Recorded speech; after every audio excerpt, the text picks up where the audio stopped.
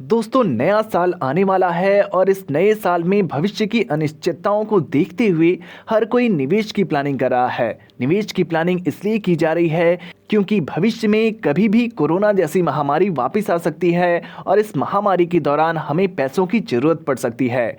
और इसीलिए दोस्तों इस नए साल के लिए यानी कि 2023 के लिए आज हम बेहतरीन इन्वेस्टमेंट प्लान्स लेकर आए हैं आपके लिए, जिसकी जानकारी मैं आपको देने वाला हूं। और इस प्लान के जरिए आप अपने भविष्य को सुरक्षित कर सकते हैं और अपने निवेश किए गए पैसों को बढ़ा भी सकते हैं। दोस्तों मैं बात कर रहा हूं उन 5 स्कीम्स की, जिन 5 स्कीम्स के जरिए आप निवेश करके बहुत ही बढ़िया इन्वेस्टमेंट करके बहुत ही ज़्यादा पैसा बना सकते हैं। तो चलिए दोस्तों शुरू करते हैं। दोस्तों पहली स्कीम का नाम है SBI स्मॉल कैप फंड। ये एक म्यूचुअल फंड है दोस्तों। SBI स्मॉल कैप फंड की अगर हम बात करें, ओवरव्यू की बात करें, तो ये फंड जब से शुरू हुआ है तब से लेकर के अब तक का जो इसने रिटर्न दिया है वो 25.60% का रिटर्न दे दिया है। वहीं अगर पिछले 5 सालों की रिटर्न को देखें तो SBI स्मॉल कैप फंड ने पिछले 5 सालों में 13.64% का रिटर्न दे दिया है। और अगर 3 साल की रिटर्न की बात करें तो मात्र 3 सालों में इस स्कीम ने 29.63% का रिटर्न दे दिया है।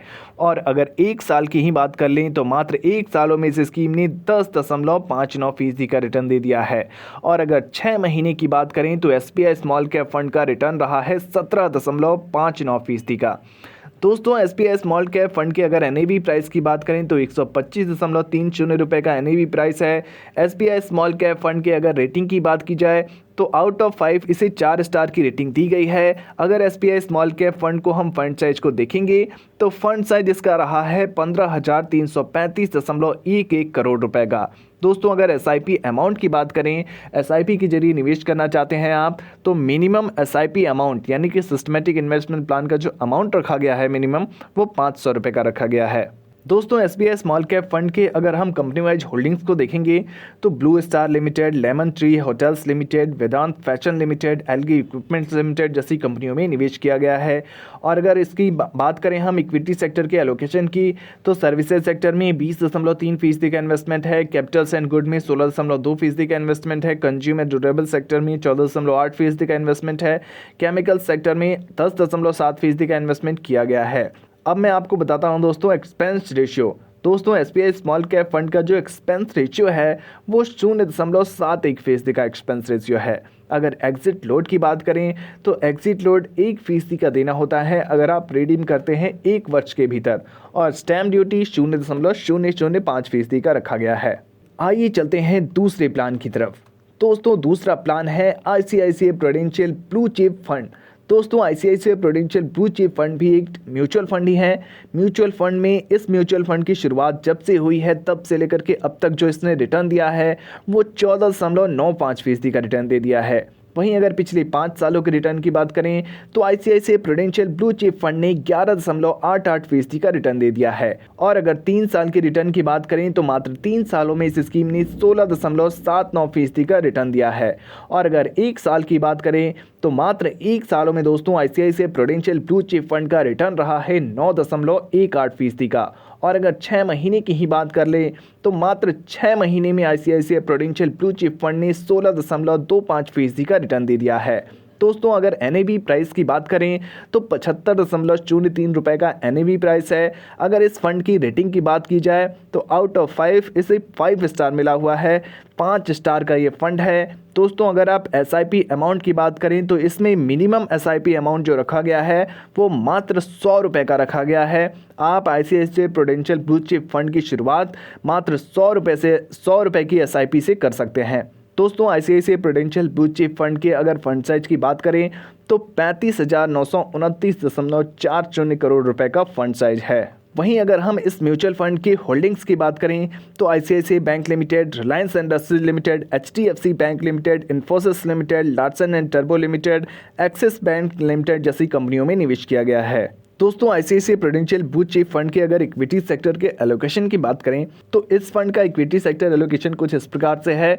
फाइनेंशियल सेक्टर को दिया गया है 30.2% का इन्वेस्टमेंट, टेक्नोलॉजी सेक्टर को 13.7% का इन्वेस्टमेंट किया गया है, अदर सेक्टर में 13.6% का इन्वेस्टमेंट है, एनर्जी सेक्टर में 13.4% का इन्वेस्टमेंट है, कंस्ट्रक्शन सेक्टर में 10.8% का इन्वेस्टमेंट किया गया है, ऑटोमोबाइल सेक्टर में 7.6% का इन्वेस्टमेंट किया गया है। अब अगर हम बात करें एक्सपेंस रेशियो की, तो इस फंड का एक्सपेंस रेशियो रखा गया है 1.07% का।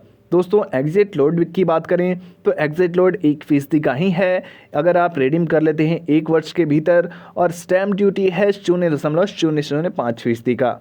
दोस्तों अब चलते हैं अगली स्कीम की तरह। अगली स्कीम का नाम है टाटा स्मॉल कैप फंड। दोस्तों ये एक टाटा का म्यूचुअल फंड है, टाटा स्मॉल कैप फंड इसका नाम है। दोस्तों ये म्यूचुअल फंड जब से शुरू हुआ है तब से लेकर के अब तक का जो इसने रिटर्न दिया है वो 25.24% का रिटर्न दे दिया है। अगर 3 वर्ष की बात करें तो मात्र 3 सालों में इस स्कीम ने 33.17% का रिटर्न दे दिया है, और अगर 1 वर्ष की बात करें तो 1 वर्ष में इस स्कीम ने 11.04% का रिटर्न दे दिया है, और अगर 6 महीने की बात कर लें तो मात्र 6 महीने में टाटा स्मॉल कैप फंड का रिटर्न रहा है 23.46% का। दोस्तों अगर इस फंड के NAV प्राइस को देखेंगे तो इस फंड का NAV प्राइस है 25.29%। दोस्तों रेटिंग दी गई है 3 स्टार की। अगर हम बात करें मिनिमम SIP अमाउंट की तो 150 रुपये का SIP अमाउंट रखा गया है मिनिमम का। फंड साइज की बात करें तो 3031.80 करोड़ रुपए का फंड साइज है। दोस्तों टाटा स्मॉल कैप फंड की अगर होल्डिंग्स को देखा जाए तो यहाँ पे Allcargo Logistics Limited, DSB bank limited, IDFC bank limited, IDFC limited, Redington Limited जैसी कंपनियों में निवेश किया गया है। दोस्तों अगर इक्विटी सेक्टर के एलोकेशन को देखेंगे तो सर्विसेज सेक्टर में 18.4% का इन्वेस्टमेंट है, फाइनेंशियल सेक्टर में 15.3% का इन्वेस्टमेंट किया गया है, केमिकल सेक्टर में 14.4% का इन्वेस्टमेंट है, कैपिटल्स एंड गुड्स में 14.1% का इन्वेस्टमेंट किया गया है, अदर सेक्टर में 13.7% का इन्वेस्टमेंट किया गया है। यहाँ पर जो कंज्यूमर स्टेपल सेक्टर में इन्वेस्टमेंट है वो 10.2% का इन्वेस्टमेंट किया गया है। दोस्तों अगर हम इस फंड की एक्सपेंस रेशियो को देखेंगे तो वो होता है 0.29% का। दोस्तों अगर हम एग्जिट लोड की बात करें तो एग्जिट लोड यहाँ पर भी 1% का ही है अगर आप 1 वर्ष के भीतर रिडीम कर लेते हैं, और स्टैम्प ड्यूटी तो 0.005% होता ही है किसी भी म्यूचुअल फंड का। दोस्तों अब मैं आपको बताता हूँ अगली स्कीम के बारे में। दोस्तों 2023 में जो अगली स्कीम का नाम है, 2023 में सबसे जो अच्छी स्कीमों में से एक है, 2023 के लिए आपके लिए अच्छी रहेगी, उसमें से चौथी सबसे अच्छी स्कीम का नाम है SBI blue chip direct plan growth. दोस्तों SBI blue chip direct plan growth भी एक म्यूचुअल फंड ही है। दोस्तों इस म्यूचुअल फंड की जो शुरुआत हुई है, जब से इसकी शुरुआत हुई है तब से लेकर के अब तक जो इसने रिटर्न दिया है वो 15.18% का रिटर्न दे दिया है, और अगर पिछले 5 सालों में रिटर्न की बात करें तो पिछले 5 सालों में इस स्कीम ने 11.17% का रिटर्न दे दिया है। वहीं अगर 3 वर्ष के रिटर्न की बात करें तो मात्र 3 सालों में इस स्कीम ने 16.16% का रिटर्न दे दिया है, और अगर 1 वर्ष की बात कर लें दोस्तों तो मात्र 1 सालों में 7.23% का रिटर्न दे दिया है, और अगर 6 महीने की बात करें तो मात्र 6 महीने में SBI blue chip direct plan growth का रिटर्न रहा है 15.29% का। दोस्तों अगर NAV प्राइस की बात करें तो 69.01 रुपये का NAV प्राइस है। अगर रेटिंग की बात की जाए तो SBI blue chip direct plan growth को रेटिंग दी गई है 3 स्टार की। दोस्तों SBI blue chip direct plan growth के अगर मिनिमम SIP अमाउंट की बात करें तो 500 रुपये का रखा गया है। SBI blue chip direct plan growth की फंड साइज को देखा जाए तो 35,616.67 करोड़ रुपए का फंड साइज है। दोस्तों यहाँ पर जो हम होल्डिंग्स को देखेंगे तो होल्डिंग्स हमारा है HDFC bank limited, ICICI bank limited, Infosys limited, Reliance industries limited, Larsen and turbo limited जैसी कंपनियों में निवेश किया गया है। काफ़ी बड़ी बड़ी कंपनियों में निवेश है दोस्तों। और अगर इक्विटी सेक्टर के एलोकेशन को देखेंगे तो सबसे ज़्यादा जो इन्वेस्टमेंट किया गया है वो फाइनेंशियल सेक्टर में किया गया है 31% का इन्वेस्टमेंट। उसके बाद आता है नंबर ऑटोमोबाइल सेक्टर का 12.2%, फिर अदर सेक्टर का इन्वेस्टमेंट है 11.3% का। कंस्ट्रक्शन सेक्टर में भी इन्वेस्टमेंट है 10.3%, टेक्नोलॉजी सेक्टर में भी इन्वेस्टमेंट है 8.7% का, हेल्थ केयर सेक्टर में 7.3% का इन्वेस्टमेंट किया गया है। अब मैं दोस्तों आपको बताता हूं कि इस फंड का एक्सपेंस रेशियो कितना है। एक्सपेंस रेशियो रखा गया है 0.91%। एग्जिट लोड है 1% अगर आप रिडीम करते हैं 1 वर्ष के भीतर, और स्टैम्प ड्यूटी है 0.005%।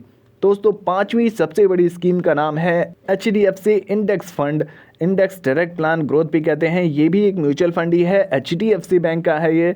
दोस्तों HDFC के अगर ऑल टाइम रिटर्न को देखेंगे इस फंड के, तो ऑल टाइम रिटर्न 13.09% का है। 5 साल के रिटर्न को देखेंगे तो 5 साल में 13% का रिटर्न मिला है, और 3 साल के रिटर्न को देखेंगे 14.64% का रिटर्न है। 1% के रिटर्न को देखेंगे तो 7.09% का रिटर्न है, और 6 महीने के रिटर्न को देखेंगे तो मात्र 6 महीने में इस स्कीम ने 15.27% का रिटर्न दे दिया है। दोस्तों अगर इस फंड के NAV प्राइस की बात करें तो 559.02 रुपये का NAV प्राइस है, जो कि काफ़ी ज़्यादा है थोड़ा सा।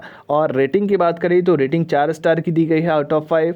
और अगर SIP अमाउंट की बात करें तो इस फंड का SIP अमाउंट रखा गया है, मिनिमम SIP अमाउंट 100 रुपये का रखा गया है। और फंड साइज की बात करें तो HDFC इंडेक्स फंड का जो है फंड साइज है 4214.10 करोड़ रुपये। होल्डिंग्स की बात करें दोस्तों तो होल्डिंग्स HDFC इंडेक्स फंड की है कुछ इस प्रकार से: Reliance industries limited, HDFC bank limited, ICICI bank limited, Infosys limited, ITC limited जैसी कंपनियों में निवेश किया गया है। और दोस्तों यहाँ पर इक्विटी सेक्टर के एलोकेशन को देखेंगे तो इक्विटी सेक्टर का एलोकेशन कुछ इस प्रकार से है: फाइनेंशियल सेक्टर को 41.4% का इन्वेस्टमेंट दिया गया है, अदर सेक्टर में जो इन्वेस्टमेंट किया गया है वो 18.1% का है, और टेक्नोलॉजी सेक्टर में इन्वेस्टमेंट है 16.6%, एनर्जी सेक्टर में इन्वेस्टमेंट है 15.4%, और फिर कंज्यूमर स्टेपल सेक्टर में 8.5% का इन्वेस्टमेंट किया गया है। अब मैं दोस्तों दिखाऊंगा आपको इसका एक्सपेंस रेशियो काफ़ी कम है, 0.20% का एक्सपेंस रेशियो है। एग्जिट लोड है 0.25%, अगर आप रिडीम कर लेते हैं 3 दिन के भीतर। और यहाँ पर जो स्टैम्प ड्यूटी है वो 0.005% का रखा गया है। तो दोस्तों नए साल के लिए हमारे द्वारा दी गई इन्वेस्टमेंट स्कीम्स की ये जानकारी आपको पसंद आई है तो हमारे इस वीडियो को लाइक और शेयर जरूर करें, और ऐसे ही नए नए इन्वेस्टमेंट ऑप्शंस के लिए हमारे इस चैनल को सब्सक्राइब जरूर करें। धन्यवाद।